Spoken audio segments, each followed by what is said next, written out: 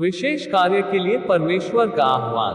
परंतु जब पवित्र आत्मा तुम पर आएगा तब तुम सामर्थ्य पाओगे, और यरूशलेम और सारे यहूदिया और सामरिया में और पृथ्वी की छोर तक मेरे गवाह होगे।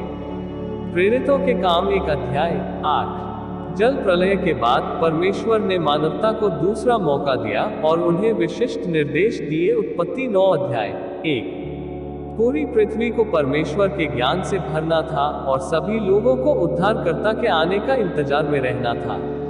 अपने निर्देशों का पालन करने में विफलता को देखते हुए परमेश्वर ने मुक्ति के संदेश को बताने के विशेष कार्य को पूरा करने के लिए विभिन्न लोगों को बुलाया।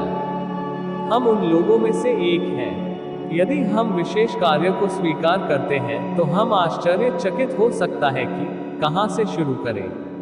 इसके विशेष कार्य के लिए परमेश्वर का आह्वान। विशेष कार्य के लिए परमेश्वर का आह्वान। विशेष कार्य को अस्वीकार करने के कारण। विशेष कार्य का उद्देश्य। विशेष कार्य को पूरा करना। इब्राहिम का उदाहरण। सुविधा क्षेत्र से बाहर निकले। कहां से शुरू करें। विशेष कार्य के लिए परमेश्वर का आह्वान। विशेष कार्य को अस्वीकार करने के कारण फिर उन्होंने कहा, आओ हम एक नगर और एक गुम्बद बना लें जिसकी चोटी आकाश से बातें करे। इस प्रकार से हम अपना नाम करें, ऐसा न हो कि हमको सारी पृथ्वी पर फैलना पड़े। उत्पत्ति 11 अध्याय 4। परमेश्वर का आदेश स्पष्ट था, पृथ्वी में भर जाओ। उत्पत्ति 9 अध्याय 1। लेकिन जो लोग जल प्रलय से बच गए थे उनकी कोई और ही योजनाएं थी। उत्पत्ति 11 अध्याय 1-4।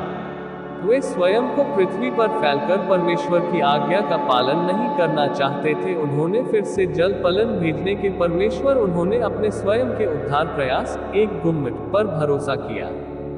वे प्रसिद्धि हासिल करना चाहते थे, एक नाम ते थे। वे उद्देश्य में एकजुट थे। उन्होंने अपना सुविधा क्षेत्र बना लिया था और उसमें सहज महवे अवज्ञाकारी, अविश्वासी, आत्मनिर्भर और घमंडी बन गए। क्या हम ऐसे सुविधा क्षेत्र में डूबे रह सकते हैं जो हमें परमेश्वर के विशेष कार्य को पूरा करने से रोकता है। विशेष कार्य का उद्देश्य। और मैं तुझसे एक बड़ी जाति बनाऊंगा और तुझे आशीष दूंगा और तेरा नाम महान करूंगा और तू आशीष का मूल होगा। उत्पत्ति 12 अध्याय 2। उसने हमें पाप से बचाने का वादा किया। उत्पत्ति 3 अध्याय 15। उसने अपना वादा पूरा करने के लिए इब्राहिम के वंशजों को चुना। उत्पत्ति 17 अध्याय 19। उसने याकूब, यहूदा और दाऊद को चुना। गिनती 24 अध्याय 17। उत्पत्ति 49 अध्याय 10। 2 शमूएल 7 अध्याय 16। उसने उद्धारकर्ता के जन्म स्थान की घोषणा की। मीका 5 अध्याय 2।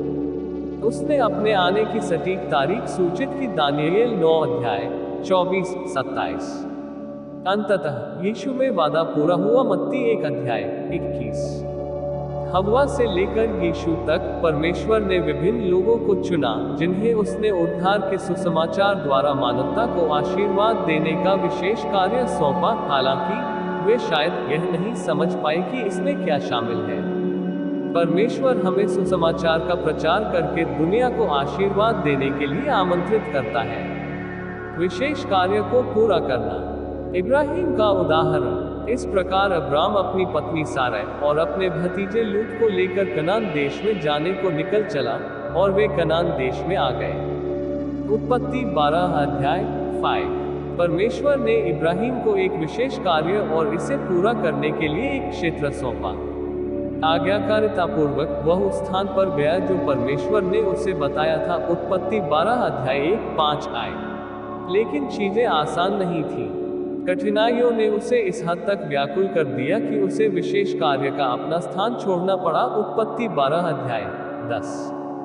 जैसे जैसे उसका विश्वास असफल होता गया उसने और अधिक गलतियां की। उत्पत्ति 12 अध्याय 11-13। धैर्यपूर्वक परमेश्वर ने उसे कनान लौटने के लिए प्रोत्साहित किया। उत्पत्ति 12 अध्याय 17-20। उसने उसे नहीं छोड़ा था, वह अभी भी उस पर भरोसा कर रहा था। उसकी गलतियों के बावजूद परमेश्वर ने इब्राहिम को माफ कर दिया और उसे एक और मौका दिया और कुछ और मौके।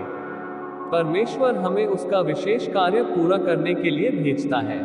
हम किसी बिंदु पर असफल हो सकते हैं या गलतियां कर सकते हैं, लेकिन वह धैर्यवान और दयालु है। ये हमें पुनर्स्थापित करता है और हम पर भरोसा करना जारी रखता है। सुविधा क्षेत्र से बाहर निकले। उसी दिन यरूशलेम की कलीसिया पर बड़ा उपद्रव आरंभ हुआ और प्रेरितों को छोड़ सब के सब यहूदिया और सामरिया देशा में तितर बितर हो गए। प्रेरितों के काम 8 अध्याय 1। यरूशलेम में अपनी सफलता के बाद कलीसिया का आगे विस्तार करने का कोई इरादा नहीं था। प्रेरितों के काम 2 अध्याय 41 4 अध्याय 4। यह उसका सुविधा क्षेत्र था। शाऊल द्वारा उकसाए गए उत्पीड़न के कारण विश्वासी तितर बितर हो गए और विशेष कार्य को यहूदिया, सामरिया और अन्य स्थानों पर गए। हालांकि विशेष कार्य के प्रति उनका दृष्टिकोण अभी भी सीमित था। प्रेरितों के काम 8 अध्याय 1-4। 11 अध्याय 19।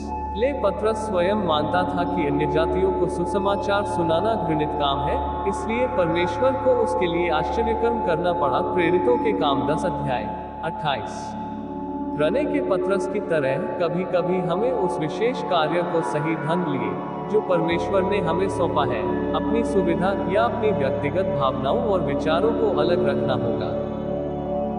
कहां से शुरू करें? और यरूशलेम और सारे यहूदिया और सामरिया में और पृथ्वी की छोर तक मेरे गवाह होंगे। प्रेरितों के काम 1 अध्याय 8। विशेष कार्य यीशु के गवाह बनना है, अर्थात यीशु के बारे में जो कुछ हमने देखा और सुना है बताने के लिए। प्रेरितों के काम 4 अध्याय 20।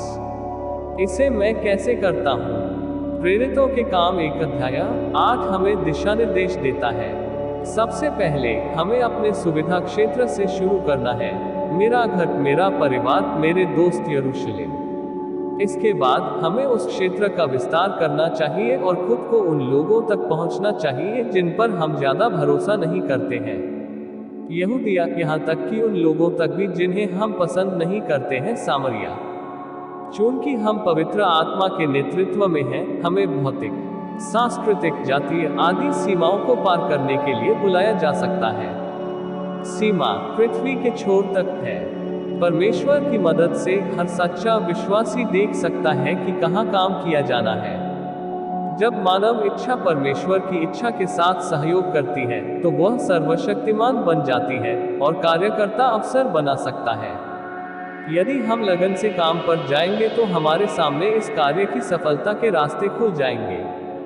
जो काम परमेश्वर ने हमें करने के लिए दिया है उसे करने के लिए बुद्धि, शक्ति और कौशल के लिए दिव्य भुजा का सहारा लें। साप्ताहिक चुनौती।